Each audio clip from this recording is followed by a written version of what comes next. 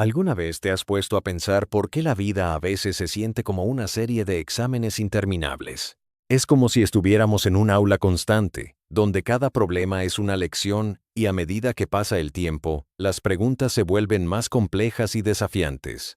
No sé si a ti te pasa, pero a veces da la sensación de que estamos rindiendo materias de las que ni siquiera recordamos haber estudiado la teoría.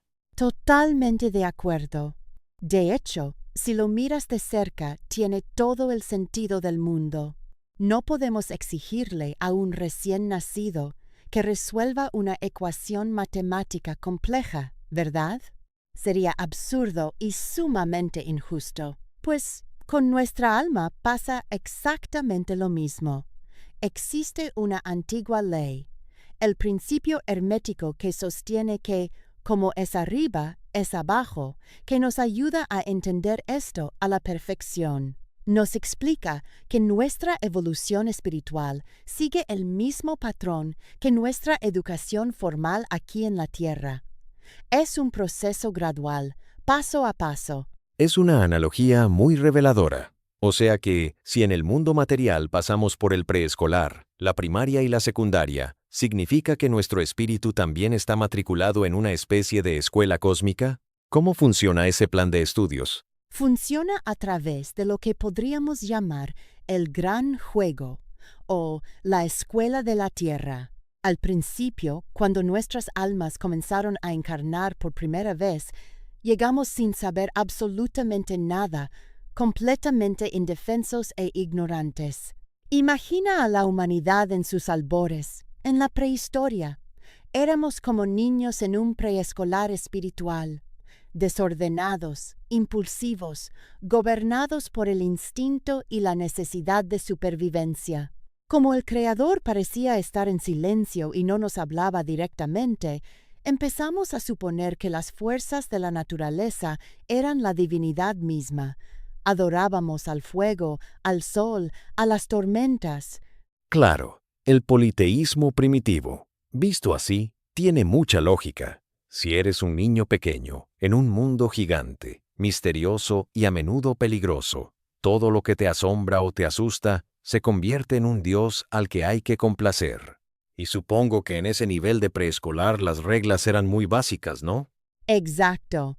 Casi todo estaba permitido porque apenas estábamos aprendiendo a reconocer nuestra fragilidad física y a relacionarnos con otros. Era la etapa de experimentar la materia. Pero, como en cualquier escuela, no puedes quedarte en el preescolar para siempre. Llega un momento en que el alumno madura y está listo para aprender cosas más complejas. En la historia de la humanidad, ese paso a la primaria espiritual ocurrió cuando la conciencia humana se elevó lo suficiente como para concebir algo más grande. Ahí es donde entra la figura de Abraham. Que vendría a ser como el alumno que destaca y ayuda a cambiar el ritmo de la clase. Es como si el Creador se hubiera acercado a él porque ya estaba listo para subir de nivel, asignándole la tarea de enseñar a los demás que no había necesidad de adorar a tantos dioses, sino a una única fuente original. Así es. Abraham fue el encargado de promover a la humanidad del preescolar a la primaria espiritual. Pasamos del politeísmo al monoteísmo. A partir de ese momento, las reglas del juego se volvieron un poco más complejas porque ya no solo contábamos con las fuerzas de la naturaleza, sino que empezamos a recibir la palabra, pautas morales más claras. Empezamos a entender que nuestras acciones tenían consecuencias espirituales directas y que debíamos rendir cuentas a un único Dios verdadero. Pero la primaria, por muy buena que sea, eventualmente termina. Y todos sabemos que la transición de la primaria a la secundaria o al bachillerato suele ser un choque tremendo para cualquier estudiante.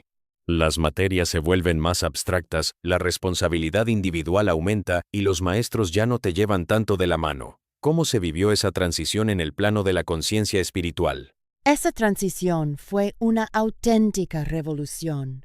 Con el tiempo, la humanidad se había quedado estancada en las leyes rígidas de la primaria.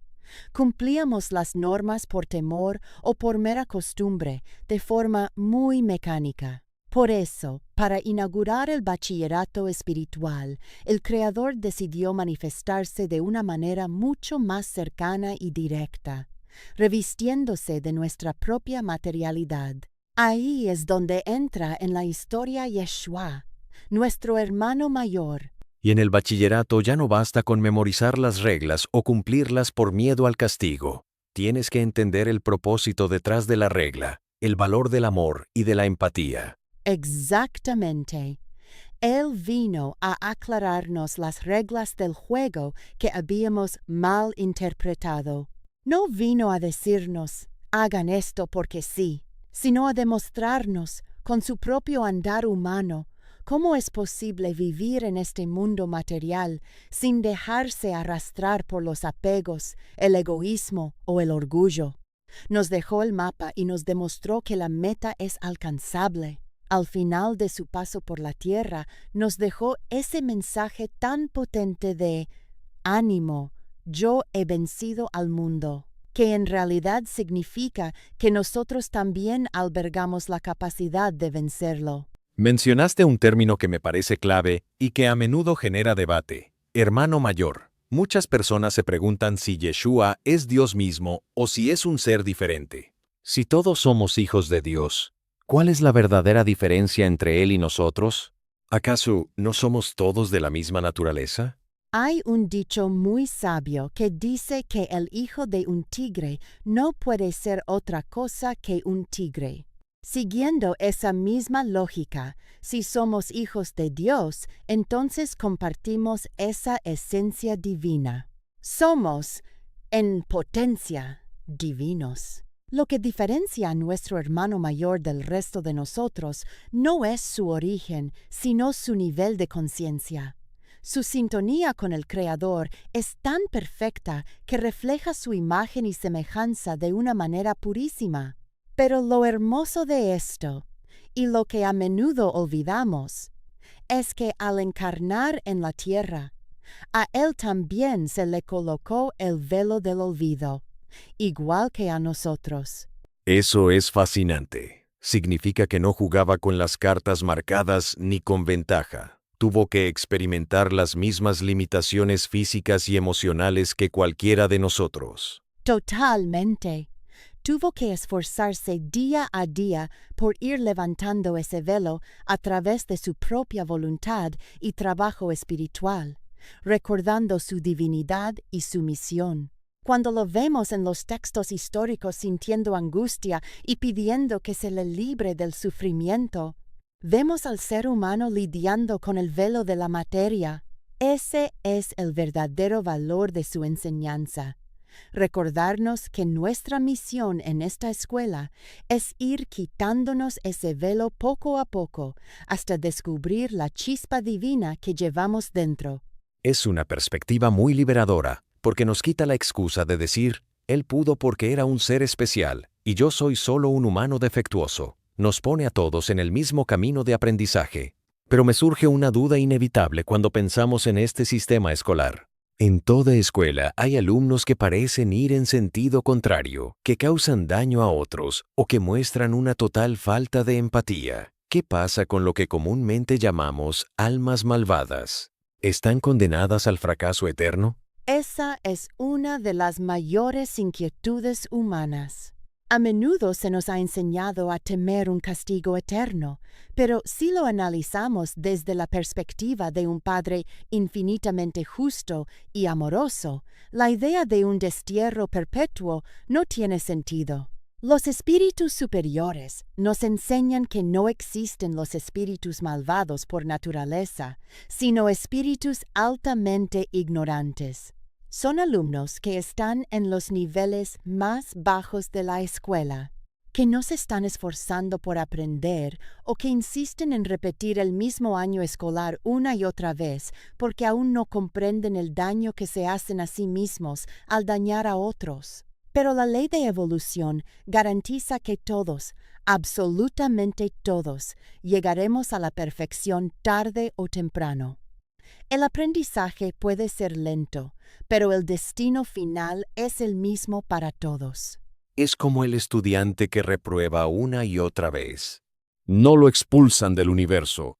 Simplemente tiene que volver a cursar la materia a través de nuevas oportunidades, de nuevas encarnaciones, hasta que finalmente entienda la lección y pueda avanzar. Al final, el tiempo es infinito y el maestro tiene una paciencia ilimitada. Así es. La reencarnación es, en realidad, el mecanismo de promoción de esta escuela. Nos permite volver a intentar aquellos exámenes en los que fallamos, con nuevos escenarios y diferentes roles, hasta que la lección del amor y la conciencia quede completamente integrada en nuestro ser. Es una forma muy compasiva de ver la existencia. Pero entonces, si ya hemos hablado del preescolar del politeísmo, de la primaria del monoteísmo y del bachillerato de la autoconciencia y el amor que vino a enseñarnos nuestro hermano mayor, ¿qué sigue? ¿Cómo es la universidad espiritual? La universidad espiritual es el nivel donde el velo de la materia se ha desvanecido casi por completo. En esta etapa, el alma ya no encarna por necesidad de saldar deudas o aprender lecciones básicas, sino que lo hace por misión para guiar a otros. Es el nivel donde nos convertimos en colaboradores conscientes de la creación, asumiendo tareas de mayor envergadura en el ordenamiento del universo. Pero entrar en los detalles de la universidad es abrir una puerta a conceptos tan amplios y profundos que revolucionarían por completo nuestra forma de entender el tiempo y el espacio. Me dejas con una intriga enorme, pero creo que es el gancho perfecto para seguir reflexionando. Nos hace ver que no estamos atrapados en un ciclo absurdo y repetitivo, sino en un proceso educativo perfectamente estructurado. Las dificultades de la vida cotidiana dejan de ser tragedias sin sentido y se convierten en exámenes parciales que debemos superar para graduarnos. Esa es la actitud correcta. Cuando cambias la queja por el aprendizaje, todo el panorama cambia. Dejas de ser una víctima de las circunstancias y te conviertes en un estudiante activo de tu propia evolución. Lo importante es no quedarnos inmóviles con ideas obsoletas que ya no corresponden al grado que estamos cursando. Hay que tener el valor de seguir cuestionando, aprendiendo y madurando. Sin duda, queda mucho por desvelar en este camino de aprendizaje. A todos los que nos acompañan en este viaje, los invitamos a reflexionar sobre sus propias vidas. ¿En qué nivel de la escuela sienten que están hoy? ¿Qué materias sienten que están repitiendo? ¿Y qué velos necesitan empezar a levantar para descubrir su propia divinidad? Dejamos esa pregunta en el aire. En nuestro próximo encuentro, nos adentraremos en los misterios de la universidad espiritual para descubrir qué nos espera cuando finalmente logremos graduarnos de la materia. Así será. Mantengan la búsqueda activa, porque el conocimiento está disponible para todo aquel que realmente desee despertar. Hasta la próxima.